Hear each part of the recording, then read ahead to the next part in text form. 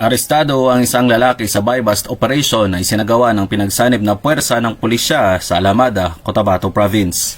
Bandang alas 11:30 ng umaga noong ika-20 ng Nobyembre sa taong kasalukuyan nang isinagawa ng mga operatiba ng Alamada Municipal Police Station, katuwang ang mga operatiba ng iba't ibang PNP units ang isang joint buy-bust operation sa Purok 8, Barangay Barangiran sa munisipalidad ng Alamada.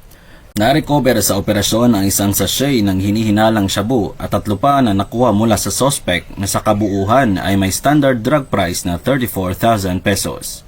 Isinagawa ang marking at inventory ng mga ebidensya sa lugar ng insidente sa harap ng mandatory witnesses at ng suspect. Ang lahat ng ebidensya ay dinala sa Cotabato Provincial Forensic Unit sa Kidapawan City para sa qualitative at quantitative examination.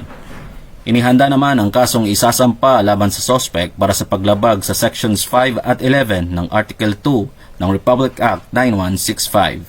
Mula dito sa Police Regional Office 12, ako ang inyong PNN Correspondent, Police Corporal Jose Duliano III, alagad ng batas, tagataguyod ng Balitang Pulis.